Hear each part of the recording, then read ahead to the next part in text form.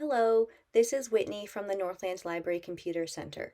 In today's video class tutorial, we will focus on how to use WordPress to set up a website or blog. If you've ever wanted to provide yourself or a group that you belong to with exposure to a wide audience of internet users with similar interests, please follow along with me as we go through the step-by-step process of creating a website or blog in WordPress, as well as go through the main features of WordPress. By the end of the class, we hope you will feel comfortable with using the basic features of WordPress on your own at home. Before we begin, let's go through what WordPress is and what you can do with it. It is a website or blog creation platform, as well as the name of the company that provides this software to you. It is an open source type of service, which means it is free to set up and use. It also provides a lot of support and frequent updates, improvements, and changes, which allows everything to be current and secure. The service is a type of content management system, which provides many customizable features with usability and flexibility in mind. And this is good for users with basic tech skills or tech knowledge because all you have to do is type in the information and click and choose the provided options on screen to create the website or blog. You may have seen two different types of WordPress sites on the web, WordPress.com sites or WordPress.org sites. Even though we're going to focus on using WordPress.com, I'll still go through the differences between the two in case you are interested. WordPress.com provides you with a free website address that has to end in WordPress.com. The company will provide basic hosting services for your site, which means you can rent space on their server and it allows you to access and save your content. It also provides basic site management services such as security and backup. You get to create a free account in which you can try the basic features without a payment commitment. You get access to a small amount of customizable choices such as design themes and social networking tools. You also get the option to upgrade to paid subscription plans, which provides you with more customizable features and choices. WordPress.org is provided by the nonprofit foundation of the company that owns WordPress. You will need to download and install software if you use WordPress.org, and you also get access to the code to do more advanced work on the back end of the site. You also get a customized domain name that you have to pay for, but it means it doesn't have to end in WordPress.com. You will also need to spend money to purchase a web hosting service from another company, such as GoDaddy, Bluehost, Media Temple, or HostGator. WordPress.org allows for more storage space for larger files, such as audio and video, and it provides access to a wide variety of features and customizations. WordPress.org is geared more towards organizations and companies that will provide a lot of data, whereas WordPress.com is geared more towards the individual user, which is why we're going to focus on it today. Let's move on to review what topics we will demonstrate and discuss during this class. We will learn how to set up a WordPress.com account, go through an overview of the paid subscription plans with WordPress, and set up a basic web page using the dashboard options, which is the main page on your WordPress.com account. Then we will move on to adding specific content to the web page, such as text and images, as well as going through the features and differences of a web page versus a blog post. Then we will add a design theme to the web page, which is how the web page looks. There's other more intermediate features such as the customizer, widgets, and plugins, which we will not demonstrate in class, but just get an overview, definition, and purpose in case you want to go through those features at home on your own. We will also not be going into how to use coding or scripting languages or doing things like installing, creating plugins, themes, or widgets. Based on what we will and will not cover during this class, you will not need advanced technical or internet skills to make use of the class content. You will need to use basic keyboarding, mouse, and internet skills. However, because this class covers the very basics of WordPress, you will not need prior experience with WordPress or any other online website building services. Creating your WordPress account. Let's get started by creating the WordPress.com account. Make sure to type in WordPress.com in your internet browser to get to the website. I'm using the Google Chrome browser because it worked the best in my experience, but you can go ahead and try a different browser if you don't have Chrome. After you type in WordPress.com, click the Get Started button to create an account. If you would like to use your Gmail credentials or your Apple credentials to sign into WordPress, you can, or you can create a new account with WordPress here. You would put in your email address and then choose a username and password. The username is something you will not be able to change if you work with WordPress, but you will be able to change your password and email address if you need to. Once you type in that information, you can click the Create Your Account button to move forward. Setting up your WordPress website. After you create your WordPress account, you will be asked to choose a domain name for your website, and that means it's the name that will appear in your address bar of your browser. So type whatever keywords you want in the domain name box, and you should try to base it on the goal of what you want your website or blog site to accomplish or the topic that you want to highlight. When WordPress provides the options for you, make sure to start off with the one that just says free and the one that ends in WordPress.com. To select the free option, click Select, and then WordPress will also show you the different subscription plans in case you are interested in the types of features that you can access. You can always go back and upgrade to these featured plans based on what you think you need, but for now, let's click the option that says Start with a free site. WordPress will start building your site for you, and then it brings up the dashboard or main page of WordPress. WordPress takes you to the My Home section of the web page. This is called the dashboard, where all the different options and commands are for setting up your web page or blog post. They're going to be here on the left, and whenever you sign out and come back in to continue your work, this is the page that will come up first. The domain name, the website address of your site, should appear here in the left-hand side. And on the right, they have some things you can tap on or click on to continue setting up your site because there's a few more steps to do. Another nice thing is there is a help section at the bottom of this home page to provide you with some support articles or assistance if you would like help. What we're going to do now is click the pink Name Your Site button, and that takes you to the settings option here in the dashboard, and you can type in the name of your website that will appear on each page whenever you publish your content.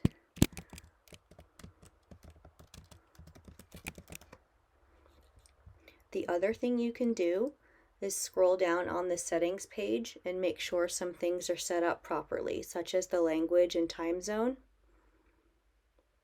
This is also where you can delete your account if you don't want it anymore. Whenever you make any changes to your settings, just make sure to click the Save Settings button, and then you can go back to the My Home page. We're going to work on creating our first web page right now, so we'll scroll down to the Quick Links section on the right and click the Add a Page option. WordPress will ask you to choose a layout. We're going to stick with the blank page option right now so we can focus on adding the content. We'll add a page layout later. So make sure to click blank page here on the left to get to the web page editor where you can add your content. Adding text content to the web page. Let's add our content to this first web page. The first thing you can do is left click where it says add title, and then you can type in what you want the title of the page to be. You can also click where it says start writing or type to add some additional text.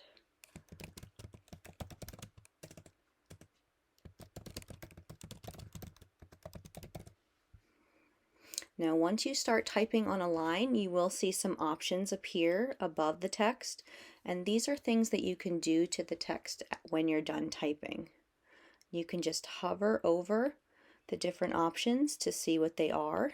So alignment, making things bold or italicized, adding links to web pages, and there's a whole bunch of other things you can do if you just want to hover over or click and see what these options give you. You can also see at the top there is an undo and a redo button in case you want to change your text. Also here on the right side, the settings icon is turned on by being clicked. You can click to turn it off so that you have more room to work with and type your text, or you can click the settings gear to show up on the right side. And this also contains some more advanced settings, things that you can do with your web page. We're not going to work with any of these here during the lesson, but if you just want to click and see what they are, you get an idea of the type of things you can do in WordPress. You can add more than just titles or segments of text. There are other content options available in WordPress. And the way to find the content options is to click on the plus sign here by the WordPress icon. And when you click on the plus sign, it gives you all the different types of content that you can add to your page. WordPress calls these blocks. And what you can do is you can see they are categorized by topic. So all the different types of text blocks you can add are listed, and media, and design, and so forth. So you can scroll through and see what options are available. Some are only going to be available if you have the paid subscription to WordPress, but they will let you know if you click on it. So we're going to keep things simple and start with the most widely used type of block, which is paragraph.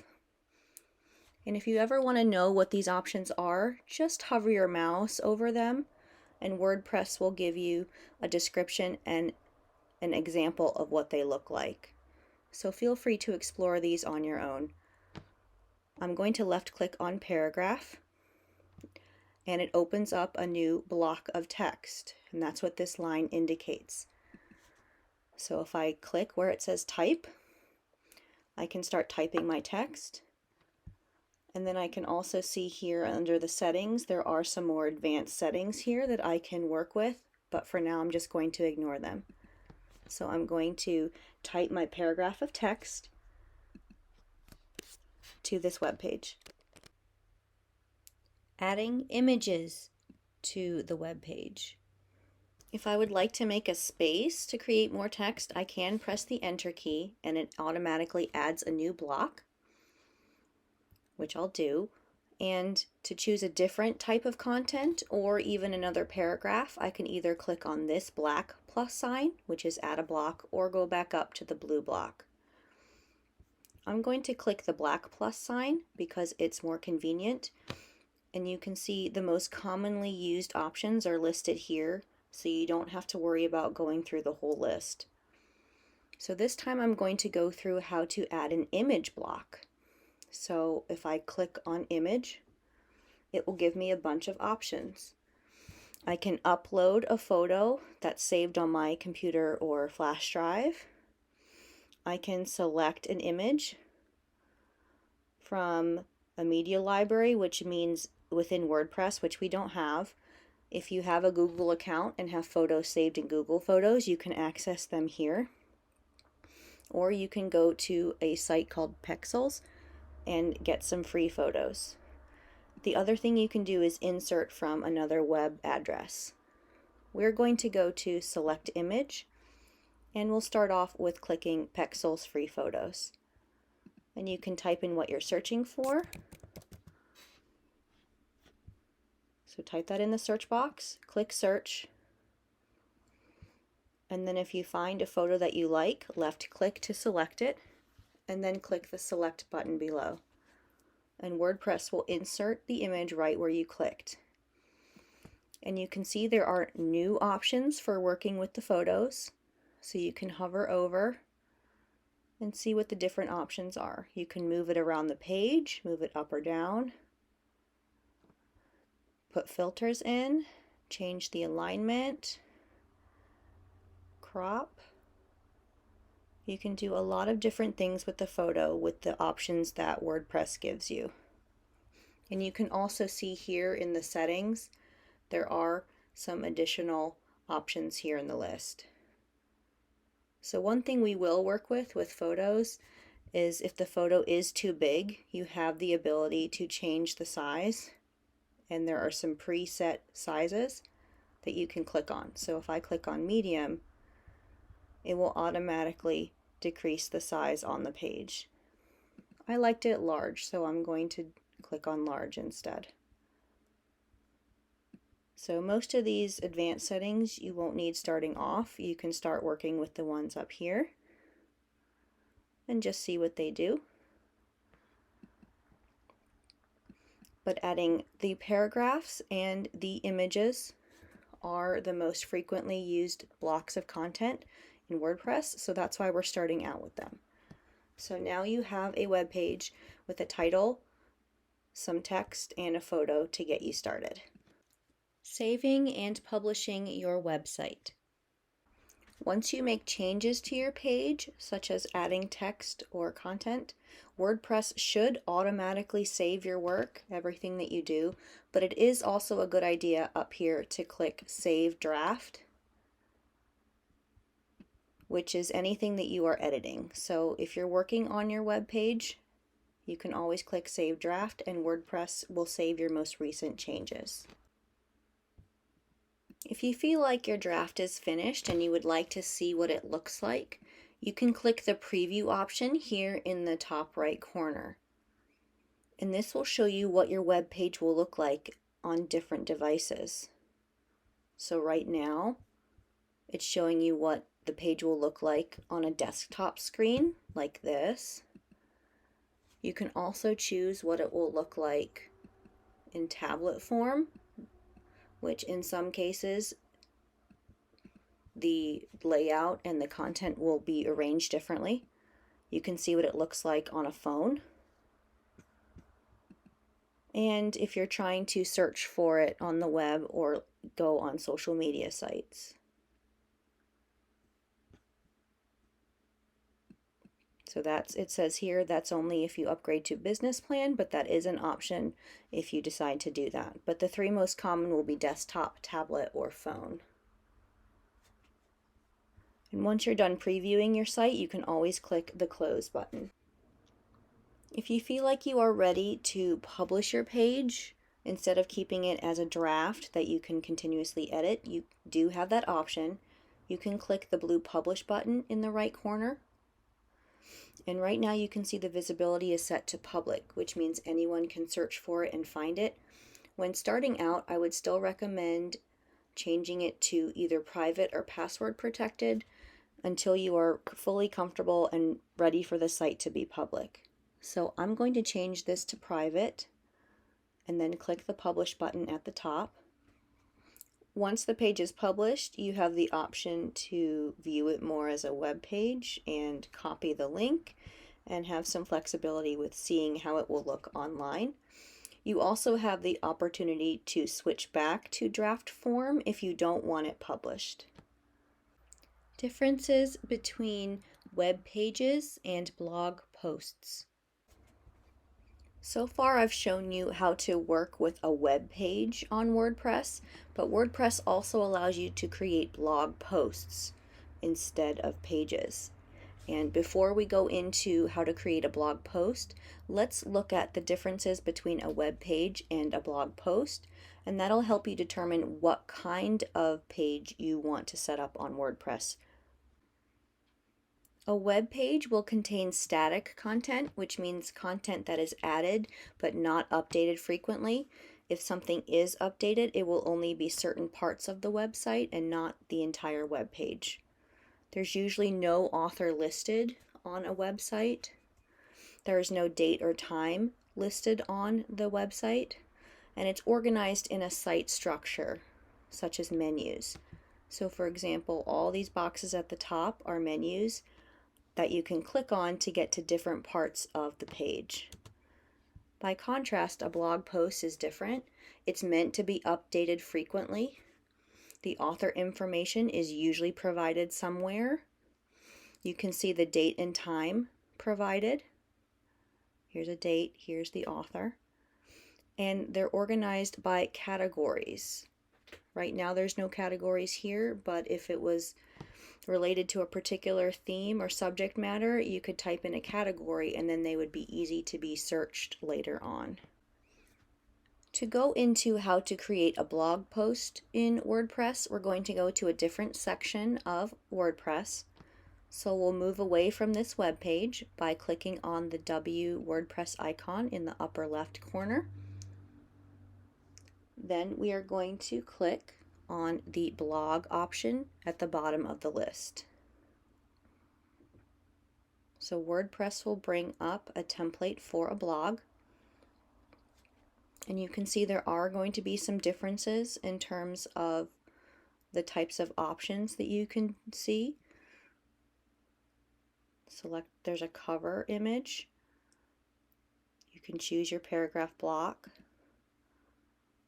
There's more things you can do because it adds this block, and then there's options up here as well. So you can add information to the blog, and you can see that there's the more advanced options are also still here on the right.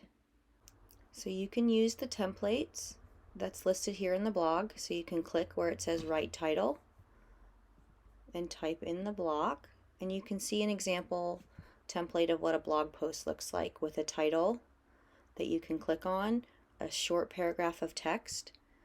You can see the user, which is the username that you selected, and the date. There's a button to click on to load more posts, and it comes with an immediate subscribe option.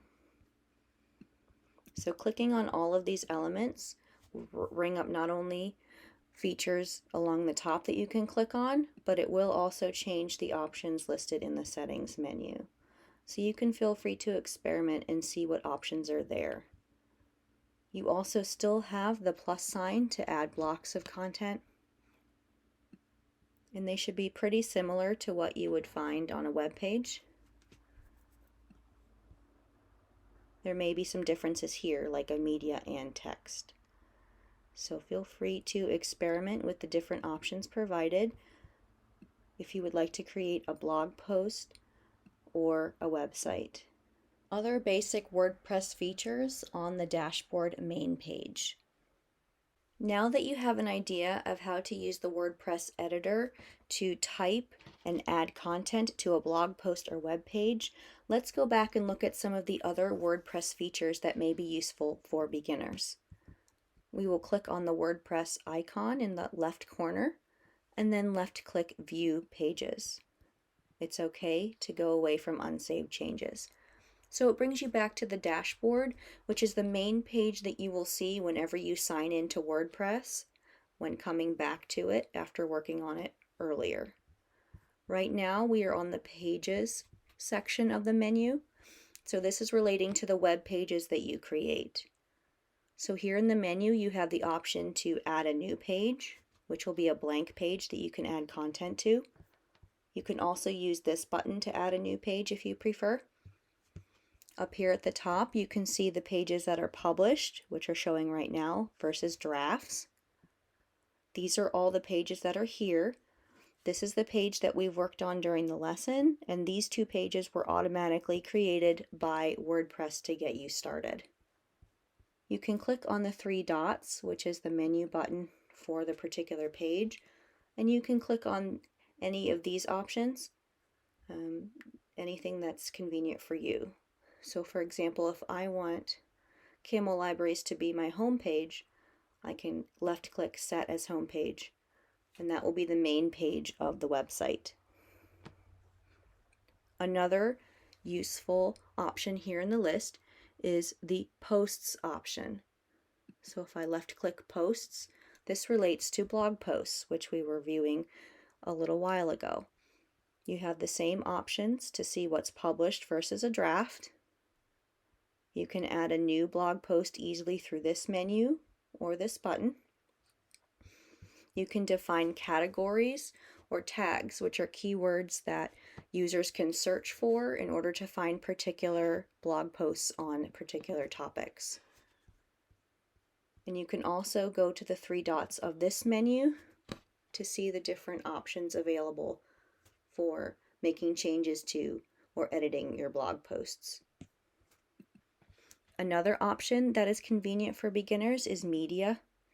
So anytime you add photos to your website or blog, they will be included in this media section.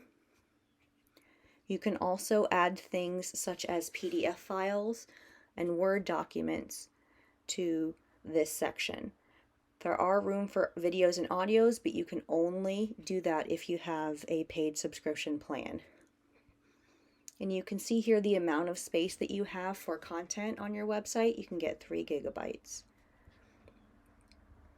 Here you can organize and see your content, images versus documents, videos or audio. You have the ability to add new content via a URL. And if you click on a photo, you can choose to edit or delete it from the media section. You can also see here, you can add new photos this way by clicking on the square in the corner. So this is where all your site content will be if you ever need to refer back to it. And then another option is your profile. Your profile is in a different place. It's going to be this circle with a silhouette in the upper right corner. So if you click on that profile, you can scroll down to see some of the content settings. You can add some more information to your profile. You can see what security and privacy measures there are. And then the other thing is this is where you would log out of WordPress if you're done working with it for a time being. You can always sign back in. To return to your dashboard, you can click the My Site option in the top left corner. Adding a design theme to your web page or blog. At how you can work with web pages and blog posts to create content, edit and change the content, and some important features on the dashboard.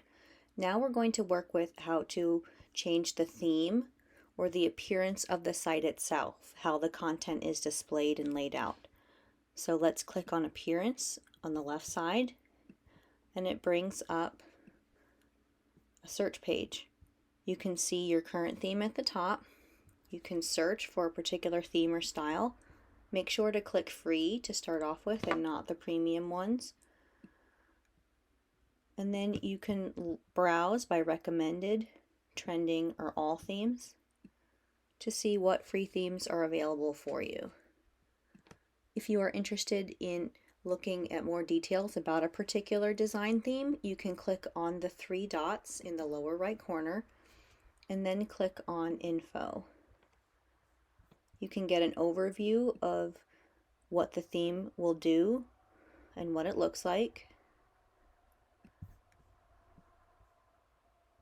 And then you can also open a live demo so you get a better idea of how the page is laid out how the text and the images and the buttons appear on the page. You can see how it looks on a desktop version, a tablet version, or a phone version. So this will give you a good idea of what template you choose based on the features that the design template offers. So you can close the live demo, and if you would like to activate the design, as long as it says it's free, you can start off with that. And then you have two different choices of just starting with a fresh template and putting in your information in, or you can keep the content that you added but make the theme, the colors, and the design match the design theme that is shown. So let's click Activate Shawburn, but I'll keep my content. And now WordPress is updating my web page, so I want to view it. And I can see how the page is different and how it's set up now based on that template. Intermediate options for changing the design of your web page using the customizer and adding widgets. Now we're going to talk a little bit about some more intermediate features that you can use once you finish the basic steps, once your basic content of the site is set up, and once you feel comfortable with it and you don't need to change the content. So these more intermediate features allow you to customize the site according to your specific preferences. And you can find them under the Appearance menu. We've got Customize and Widgets. So we can click on Customize just to see what they are. And here is where you can make specific changes to certain parts of the site. You can see they are delineated by the pencil icon. These are all things that you can change here in the Customizer. And you can click on the arrow in the left side of the page to see all of the available options for things that you can customize. For example, you can add page menus if you're using a web page. You can choose the page background and colors, or you can do something such as add a company logo. To see some specific changes in action, let's look at a live website that uses WordPress. So this Northland Library Computer Center website is live on the internet, and it has some examples of those intermediate features. So adding these menus at the top, which you can click on to get specific content, adding those at the top of the page in what's called the header, and also having them down here in the footer section that you can click on. Those are things that you can customize in that customizer tool. The other thing you can do, if we X out of the customizer, is you can go into the appearance and look at widgets. So widgets are applications, but they're not created using software code. They provide additional interactive design and content features, and they interact with an existing website.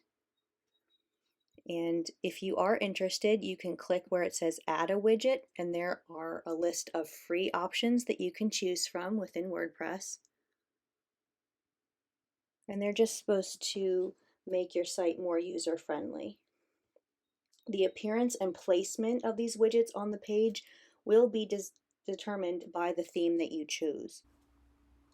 Some common examples of widgets that you will see on a blog post are links to the archives or past blog posts, or a calendar that's integrated onto the main page. Here on a live WordPress site, you can see on every single page, except for the home page, there is a navigation menu along the top indicating where you are.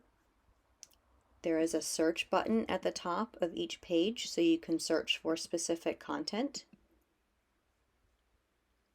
And then if you go to the very bottom of the page, there is an integrated social media type button, which is you can like the page, and that's a way of letting the author know that you've looked at the page and that you like the content. So specifically the search bar and the like button are examples of widgets that can be integrated onto your website or blog. An overview of plugins. Another intermediate feature that you may notice on web pages is plugins, and those are listed separately in the dashboard menu, and we'll click there. However, you can only use plugins if you upgrade to the business plan, so you can't install or use them unless you have a paid subscription to WordPress. So these provide additional built-in features that you can add to your website or blog. This is different. They're different from widgets because they are software and coded programs created by other organizations or developers. And you can see a list of some examples here. They perform a specific feature or function for your website. Just like widgets, they're supposed to provide ease of use for your site visitors and make it very user-friendly. And even if you pay for a business plan to install the plugins, there are going to be some options that are free to use, but there will also be some options that are paid. Some general examples of common plugins are e-commerce payment or donation buttons, or forms to fill out payment information, search engine optimization features, which help people discover your website during a general web search, or things that offer additional security protection, such as the backup of the content or pages by an outside hosting company. An example of a plugin on a live WordPress site would be here under this contact page. So this entire contact form is a plugin, so it had to be installed in order to be added to this site. This is not something that you can find for free. It had to be paid for and installed so that it could work on this site. So these are all examples of the main components and features of WordPress. Feel free to try them out and experiment with them on your own. Ways to continue your WordPress training after watching this video. Thank you for following along with me as we went through the basic steps and features of working with WordPress.com. If you would like some more assistance with any of the information or features described in this video, please feel free to visit and use the following resources on your own. Here are some official WordPress learning websites. The first one, learn.wordpress.com, is for beginning users, and codex.wordpress.com is for users more familiar with WordPress. If you go to a site like learnwordpress.com, you can search for a particular topic. You can click on a topic listed on the left-hand side to get more information about a particular topic, or you can sign up and enroll in WordPress online tutorials to get more information about getting started with WordPress. If you would like more formal instructions with tutorial-based learning, you can go to gcflearnfree.org.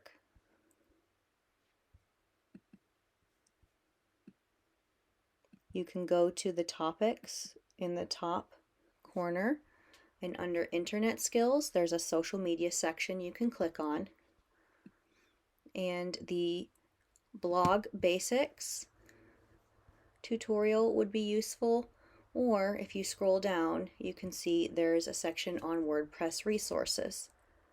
If you click to view one of those tutorials, you can see there are lessons listed, and they combine text and visuals and videos and sometimes lesson plans to help you engage with the content. Northland also has some resources that can help you. If you go to elibrary.einetwork.net, and then if you click on Library Funded as the topic, we have a few resources that have WordPress help in them. We have Gail Presents Udemy. You can click on Go. We have Overdrive, and we have Hoopla. Gail Presents Udemy has video tutorials and lessons on WordPress. And then Hoopla and Overdrive have multimedia content. So for example, if you go into Hoopla and search WordPress, you can see there are some interactive books on specific WordPress topics, as well as just general how to use WordPress books. If you would like help from a Computer Center staff member, we can also point out some of our in-house resources, such as instructional DVDs and books on using WordPress. As always, if you have any questions, comments, or concerns, please contact us at 412-366-8100, extension 131, or email us at nplcomp@einetwork.net. Thank you for watching and good luck with your online learning.